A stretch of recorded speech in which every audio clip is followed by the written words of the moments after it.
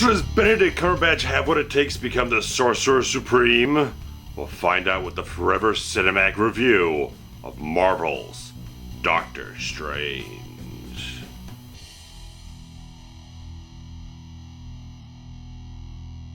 The life of world-famous neurosurgeon Dr. Stephen Strange is changed forever when a horrific car accident robs him of the use of his hands.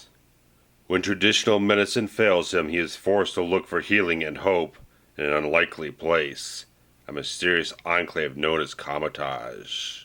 He quickly learns that this is not just a mystical place for healing, but also the front line of a battle against unseen dark forces bent on destroying our reality. Before long, Strange, armed with newly acquired magical powers, is forced to choose whether to return to his life of fortune and status, or leave it all behind to defend the world against a terrifying threat and become the most powerful sorcerer in existence. So coming to us from director Scott Derrickson, who's been toiling around a lot in the horror genre for the most of his career, doing stuff like Hellraiser Inferno, The Exorcism of Emily Rose, Sinister, the not terribly good Deliverance from Evil. But Marvel picked this guy a couple of years ago because they saw the quality of what he could do with a lot of stuff he does with tone, with the characters, with atmosphere, and a lot of other things, that this film definitely shows a whole lot for his abilities as a filmmaker. And a lot of the stuff the Marvel Cinematic Universe has been trying to wrangle a lot of the fantastical elements on and trying not to go too much into this very mystical, magical type of world. They always try to pull it back with like the Thor stuff, trying to like tie it into science and whatnot. But with Doctor Strange being the Sorcerer Supreme, ultimately, this is the property where they really need someone to really kind of burst open the floodgates and express a wild imagination on screen. And I'm very happy to say that after a lot of Marvel Cinematic films have not personally done as much for me as I'd like them to, since like almost 2 years now with Captain America Winter Soldier, Doctor Strange was a thoroughly enjoyable experience for me because so much of what they give in this film is just a great sense of dynamic with all the tone that they have, because there is the heavy, serious elements of the characters and everything in the story that's going on with Strange, with his drama and his tragedy in his life, and then he goes on this fantastical journey throughout the whole film to kind of repair himself, heal himself, find a new purpose in life. And so there's a lot of great heavy dramatic elements, but it's so great with what they do with the tone here that I think they perfectly hit a balance between the dramatic momentum of the film, but also found so much ability to add in so much heart and humor in the film, because every single moment where they add in just a beat of humor, I laughed in this film. I enjoyed it. I had an entertaining time with it. I felt all the charisma and the chemistry with the cast and all the writing that they added in to the script really kind of punched that type of thing up. Worked extremely well. I felt like, well, some other Marvel films I felt is not executed that well. It felt like sometimes they undercut the drama of the story with some of the humor. I felt this really kind of flowed very well from beat to beat to really kind of give the characters a depth and dimension and just kind of let all these fantastic actors, just one of the best casts that I've seen for a comic book movie. They gave them so much good material and allowed them to breathe and just have very fun, enjoyable characters with a lot of depth too. So there's multifaceted qualities, not just one solid tone. There's a great flexibility with the tone of the film that all works so very well together. And talking about the cast you have in this film, this is a greatly, well, critically acclaimed type of cast. I mean, first off, you have Benedict Cumberbatch as Doctor Strange doing a really good job, because I haven't, unlike a lot of people who've watched him on Sherlock and all these different things, I've seen a lot of his work. I've been fairly narrow with what I've seen, like Star Trek Into Darkness and maybe a few other things here and there. I found his performance actually very exceptionally good, because right from the beginning you see a lot of charisma, a lot of lightness from this character before his accident and everything, how he just gels with people. He kind of just, again, has that sort of arrogance, that kind of swagger. He does kind of have that kind of feel that he is very light and open. He's very sharp and witty in a certain way. So it's like you have this great dynamic where you kind of get into the character a little bit.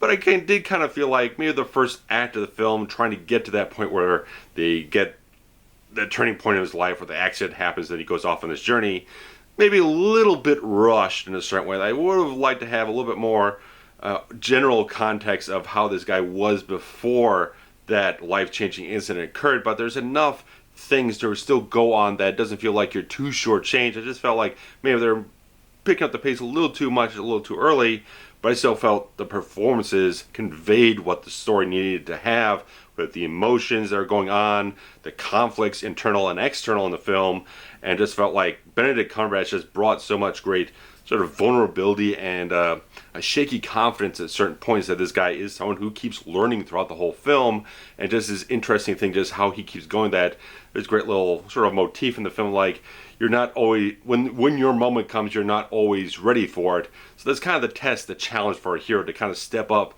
beyond what they feel they're ready for, to really kind of test themselves and prove themselves.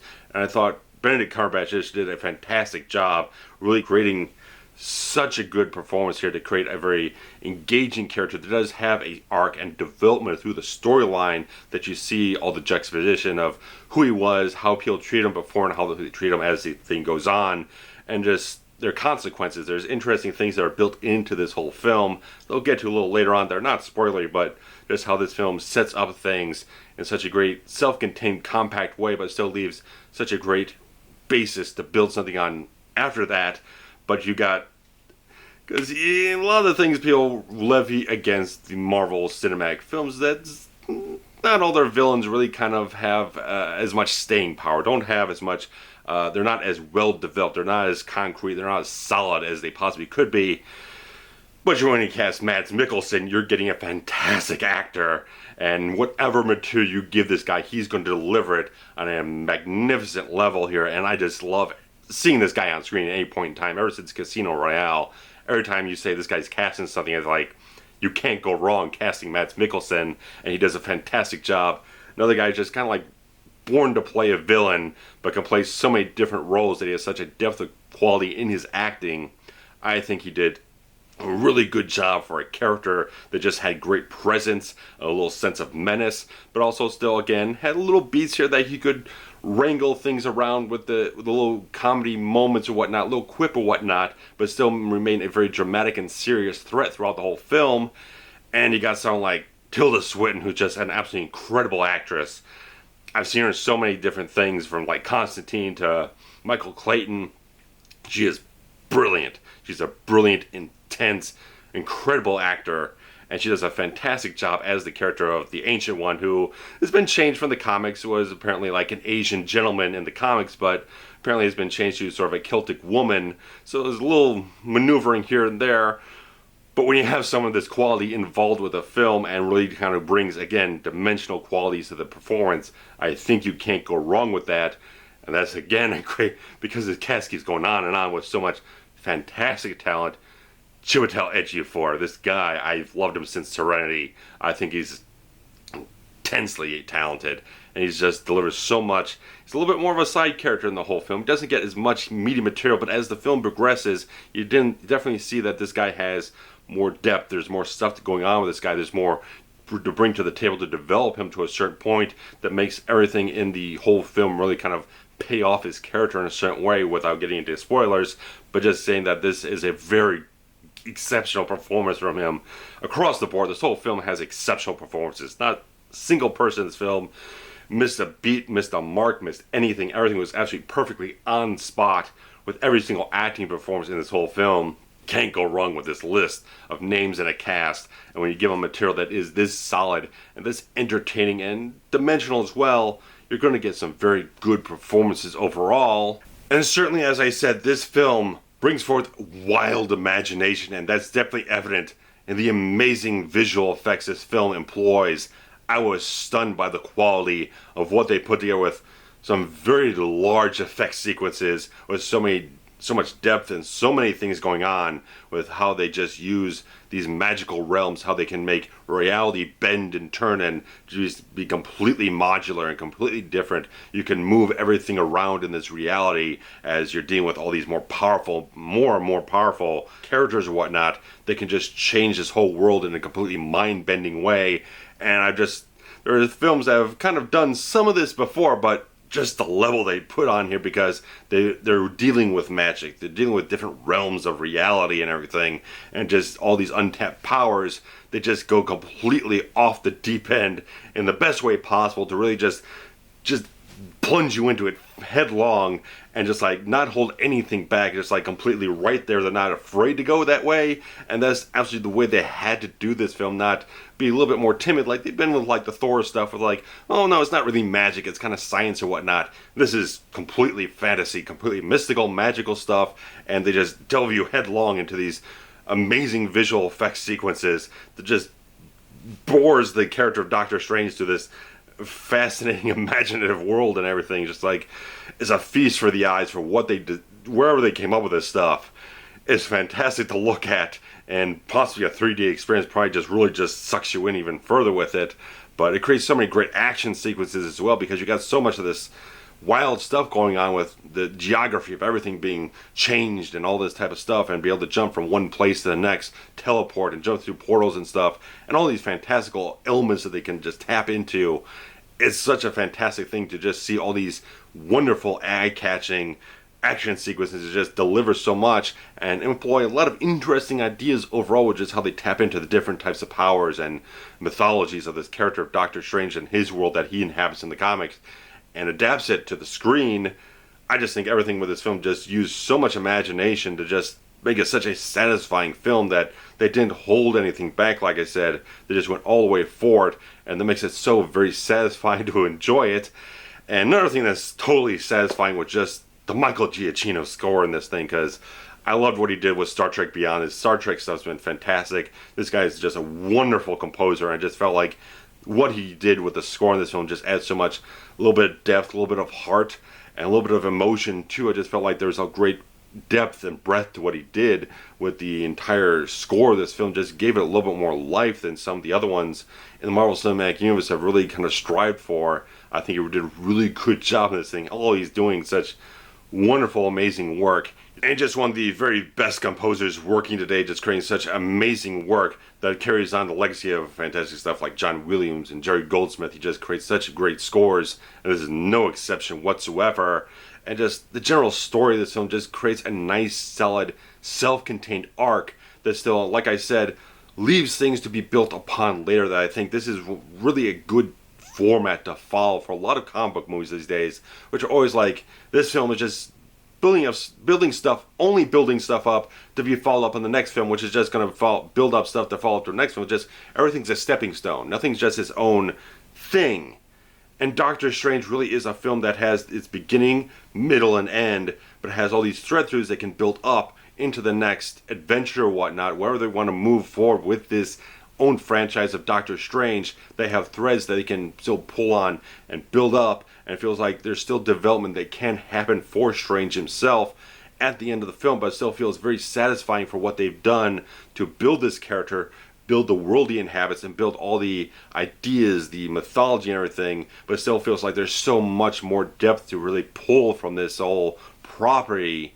I think they just did a really, really good job with writing things so well, again, with the tones that they had, really kind of allowing everything to flow with the direction. Of course, if you don't have a good director to wrangle all that, you don't really have everything come together so well. So very good respect there to Scott Derrickson to really take all these elements, the massive work he had to do with visual effects and those companies and everything, along with a very good score, a very good cast, and a very good script.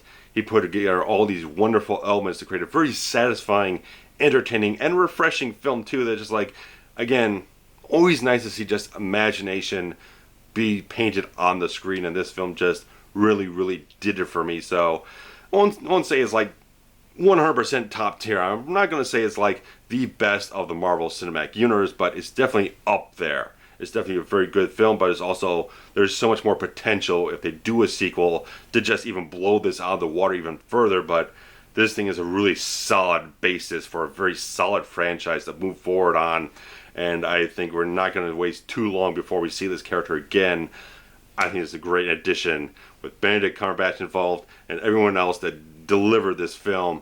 I think they did a very, very fine job of it too. So high marks for me. Highly recommend going to check it out if you do see it on a big screen, if you do see it in 3D, let me know how that turned out, because a lot of the Marvel Cinematic films are post-converted. So let me know how it turns out in a 3D presentation, if all those visual effects really just suck you into a different realm, a different experience for the film overall. Post those comments below, guys.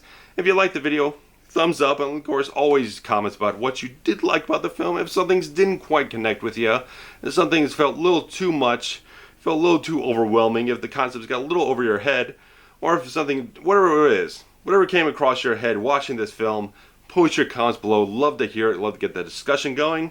And of course, always share the links around. Appreciate you guys hitting up the links over on Twitter and Facebook, stuff like that. And of course, there's always the Patreon account, because it's going to have an exclusive early release of the beginning of Forever Cinematic Commentaries with A Nightmare on Elm Street.